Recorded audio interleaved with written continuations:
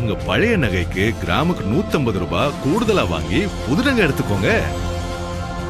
அதே கம்மி சேதாரம் தான் உங்க லலிதால மட்டும்தான்.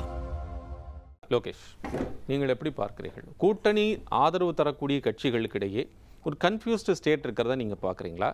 இல்லை தாவேகாவுக்கு ஆதரவு கொடுக்க இருக்கக்கூடிய அமைச்சரவை இடம்பெற்றக்கூடிய ஒரு கட்சியே இன்னொரு ஏற்கனவே இருந்த கூட்டணியில் நாங்கள் இன்னும் அந்த கட்சியுடன் நட்புறவுன்னு இருக்கிறோம் என்றால் ஒரு ஸ்திரமில்லாத தன்மை உருவாகிறதாக நீ கருதுகிறீர்களா? விசிகா அண்ணன் திருமாவளவன் வந்து சொல்லும் போது ஒரு விஷயம் சொல்லியிருந்தார்.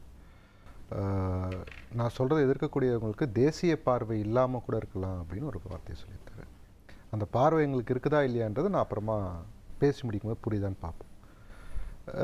என்ன அப்படின்னா, நான் ஒரு சில ஈவெண்ட்ஸ் சொல்கிறேன். அந்த ஈவெண்ட்ஸ் மட்டும் ஜஸ்ட் இன்டர்பிரிட்டேஷன் கிடையாது, ஈவெண்ட்ஸாக மட்டும் பார்க்கணும். ஒரு 10 days பிஃபோர் வந்து IUML தலைவர் காதர் நான் வந்து ஒரு இன்டர்வியூ கொடுத்துருந்தாரு. அதில் வந்து அந்த 4 நாள் என்னென்ன நடந்ததுன்னு ஒரு ரஃபாக சொல்லியிருந்தார். ஒரு 2 ஈவெண்ட்டை முக்கியமாக ஹைலைட் பண்ணி சொல்லியிருந்தார். அந்த ஈவெண்ட்டை ஜஸ்ட் மைண்டில் வச்சுப்போம், அது தனியாக இருக்கட்டும். ஒரு லாஸ்ட் வீக் வந்து இந்த தோழமை கூட்டம்னு சொல்லக்கூடிய ஒரு இடத்துல வந்து காங்கிரஸோட பிரவீன் சக்கரவர்த்தி கிட்ட ஒரு கேள்வி கேட்குறாங்க ஒரு ப்ரெஸ் பர்சன். இந்த மாதிரி தாவேகா எப்போ இந்தியா கூட்டணியில் சேருது அப்படின்னு. எம்பி வந்தோடனே சேருவாங்க. அதுக்கு அவர் சொல்கிறாரு, ரெப்ரசன்டேஷன் வந்ததுக்கப்புறம் அதான் எம்பிகள் வந்தோடனே சேருவாங்க. அப்போது யாரோட ரெப்ரசன்டேஷனில் இவர் இருக்காரு அப்படின்ற ஒரு இது இருக்குது, அது தனியாக வச்சுப்போம். கம்யூனிஸ்ட் தோழர்கள் வந்து தினம் தினம் வெளியே போராடுறாங்க. அவங்க போராட வேணாம் நான் சொல்லலை, அவங்க போராடுற வகையில் நல்லது. ஏன்னா வேறு எதுவும் RSS அமைப்புகளோ வேறு எதுவும் வந்து தலை தூக்காமல் இருக்கிறதுக்கு அது ஒரு வகையில் நல்லது. ஏன்னா வந்து டிஎம்கே எதிர்க்கட்சியாக செயல்படாமல் எதிரி கட்சியாக செயல்படுது. ஒரு ஆக்கப்பூர்வமாக எதிர்க்கட்சியாக செயல்படுறதுக்கு ஒருத்தங்க வேணும், அது அவங்க செயல்படுறாங்கன்ற பார்வை இருந்தாலும் அவங்க கூட்டணியில் சேராமல் வெளியே ஆதரவு நிற்கிறது வந்து அது ஒரு வகையில் அது வந்து வீக்கெண்டு பொசிஷனாகவே தான் இருக்கும் என்னைக்காக இருந்தாலும். இது தனியாக வச்சிரும். நம்ம இவங்க மதிமுக அவர் வந்து போன வாரம் வந்து வைகோனை வந்து எப்படி முதலமைச்சருக்கே ட்விஸ்ட் அடிச்சு விட்டாருன்றதை நம்ம பார்த்தோம். தப்பாக சொல்லலை, அவர் வயது முப்பது சொன்னார்னு சொல்லலை. அவர் கட்சியில் இருக்க நிர்வாகிகளுக்கு என்ன ஊக்கப்படுத்த விரும்பினார்ன்றது எனக்கு புரியல. பட் நடந்த விஷயம் என்ன, அவர் சொன்ன விஷயம் என்ன, அதுக்கப்புறம் அடுத்த நாள் சொன்ன விஷயம் என்னன்றது இருப்பாங்க. அப்புறம் விசிகா லாஸ்ட் வீக்கில் எத்தனை இடத்துல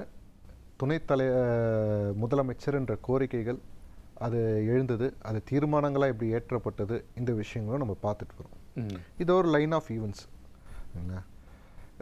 நான் கேட்குறது என்ன அப்படின்னா, ஒரே ஒரு கேள்வி. தாவேகாவுக்கு டிஎம்கே அரசியல் எதிரி, பிஜேபி கொள்கை எதிரி.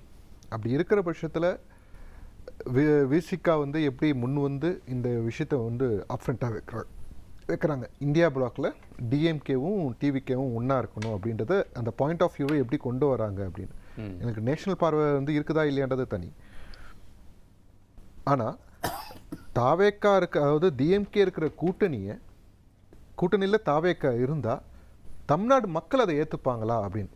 தேசிய அரசியல் ஒரு பொதுப்பட்ட பார்வையில் பாஜக எதிர்ப்பு என்கின்ற புள்ளியில் அனைவரும் ஒன்று சேர வேண்டும் அப்படின்னு ஒரு நிலைப்பாட்டை வந்து திருமாவளவன் அவர்கள் சொன்னதா திரு பூபேஜன் சொல்றார்.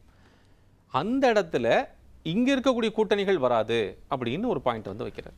இது நான் ஆக்சுவலாக நான் வந்து நேரவான தாட்னு நான் சொல்கிறேன். அது வந்து ரொம்ப அகலமான தாட்லாம் கிடையாது, ரொம்ப நேரவான தாட்டுன்னு சொல்கிறேன். தமிழ்நாடு மக்கள் அவ்வளோ நேரவாக யோசிக்கக்கூடாதுன்னு நான் சொல்ல வரேன். ஏன்னா என்னதான் நேஷனல் பாலிடிக்ஸாக இருந்தாலும் இங்கே ஓட்டு போட போகிறது யார்? இந்த ஊர் மக்கள் தானே. நார்த் இந்தியாவிலேருந்து யாரும் வந்து இங்கே ஓட்டு போட போகிறது இல்லை இல்லையா? இவங்க லாஸ்ட் டைம் அந்த இந்தியா பிளாக் கூட்டணியில் போகும்போது இவங்க தான் அந்த திமுக வரணுன்ட்டு முன் வச்சது, காங்கிரஸ் ஒன்றும் வைக்கல. ஓகேங்களா?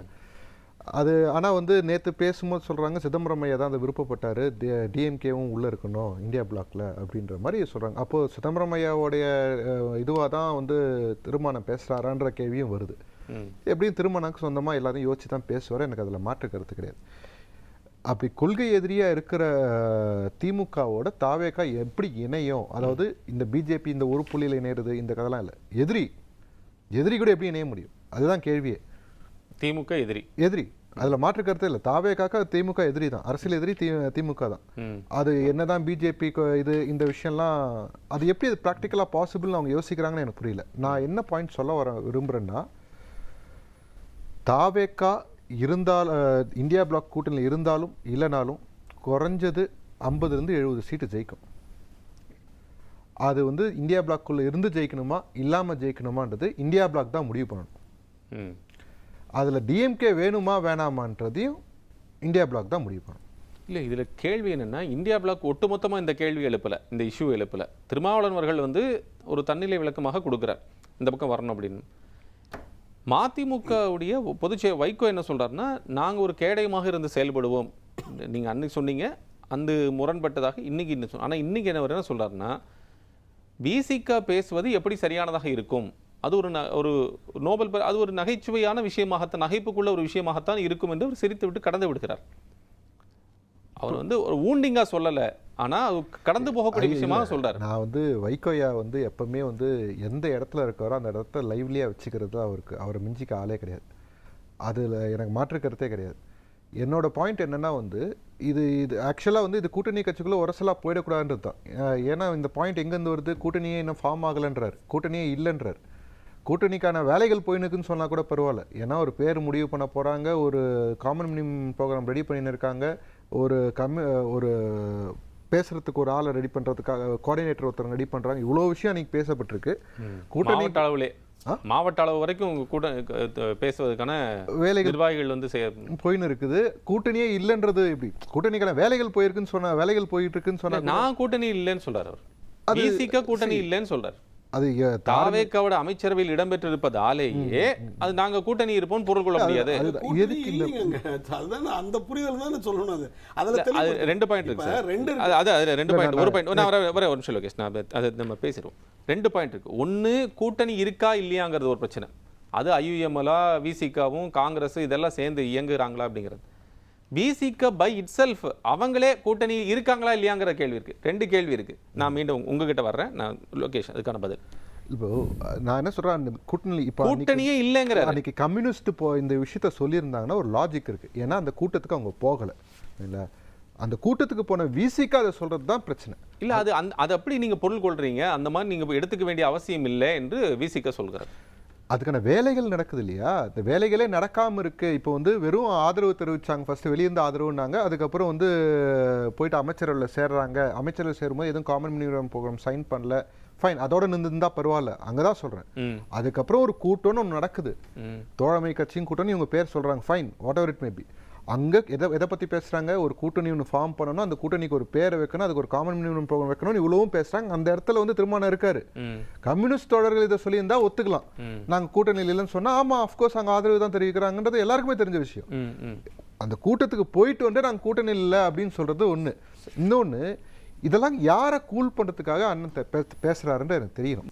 லோகேஷ், நான் வந்து ரொம்ப சிம்பிளாக சொல்கிறேன். திருமாவளவனுக்கு வந்து லைக் நம்ம வந்து அறிவுரை சொல்கிறதுக்கு நமக்கு வயசு கிடையாது, அனுபவம் கிடையாது. அவருக்கு எல்லாமே தெரியும். அவர் எல்லாமும் தெரிஞ்சு ஏன் திமுகவும் தாவேக்காவும் சேரணும்னு, மேபி வந்து ஒரு 30-40 வருஷம் கழிச்சு இந்த திமுகவில் இருக்க இன்றைக்கி தலைமைகள்லாம் போனதுக்கப்புறம் சேரணுன்றதை பற்றி இன்றைக்கே சொல்கிறாரா என்னன்னு தெரியல எனக்கு. நான் சொல்ல வர பாயிண்ட் என்னென்னா, இந்தியா கூட்டணிக்கு இன்றைக்கி திமுக தேவையில்லை. திமுக வந்து லாஸ்ட் 5 வருஷம் வந்து பிஜேபி எதிர்க்கிற மாதிரி ஒரு பிம்பத்தை உருவாக்குனாங்களே தவிர அதனால் வந்து என்ன பெருசாக அறுவடை பண்ணான்னு கேட்டால் ஒன்றுமே கிடையாது. ஓகேங்களா, அது காங்கிரஸ் எதாவது பண்ணிச்சான்னு கேட்டால் காங்கிரஸ் 1-2 பண்ணியிருக்கு. ஆனால் திமுக வந்து ஒன்றுமே பண்ணதில்லை. தாவேக்காவோட இன்னைக்கு நிலவரம் என்ன, தமிழ்நாட்டில் மட்டும் கிடையாமல் சவுத் இந்தியாவோட ஸ்ட்ரென்த் என்ன அப்படின்றது எல்லா கட்சிகளுக்குமே தெரியும். தாவேக்கா இந்தியா கூட்டணியில் இருக்கும்போது அதோட மல்டிப்ளிகேஷன் லெவல் வேற மாதிரி இருக்கும். தாவேக்கா வந்து இந்தியா கூட்டணி இல்லாமல் இருந்தால் அதோட இந்தியா கூட்டணிக்கு நாளை மேபி எலெக்ஷன் முடிஞ்சதுக்கு அப்புறம் கூட்டணி சேர்றாங்க, போஸ்ட் இந்தியா கூட்டணிக்குள்ள போற அபிப்பிராயம் தாவேக்காக்கு இருக்கு. இல்ல, அவங்க கூப்பிட்டா தான் சார் முதல்ல இல்ல பிரசன்ஸ் வேணுங்கிற அந்த அடிப்படையில் முதல்ல கூப்பிடணும்ல சார், அதுக்கு முதல்ல அவங்க கூப்பிடணும்ல, அதுதான் சொன்னேன். ஆனா நான் ஒரே பாயிண்ட் வேண்டாம் தயவு செஞ்சு நீ பேசினா அவருக்கு நான் வாய் கொடுக்கணும், அவருக்கு மறுபடியும் வாய் கொடுக்கணும். வேண்டாம் அதெல்லாம் வேண்டாம். இல்ல அது என் தவறா சரியா அதை நான் டிசைட் பண்ணிக்கிறேன். நீ கமெண்ட் இருக்கீங்க டிசைட் பண்றதுக்கு இல்ல, இருந்தாலும் இல்லனாலும் 50-70 சீட்டு குறையாம இன்னைக்கு இருக்கிற பாராளுமன்ற ஸ்ட்ரென்த்லயே ஜெயிக்கும் நான் சொல்றேன். உங்க பழைய நகைக்கு கிராமுக்கு 150 ரூபாய் கூடுதலா வாங்கி புது நகை எடுத்துக்கோங்க. அதே கம்மி சேதாரம் தான் உங்க லலிதால மட்டும்தான்.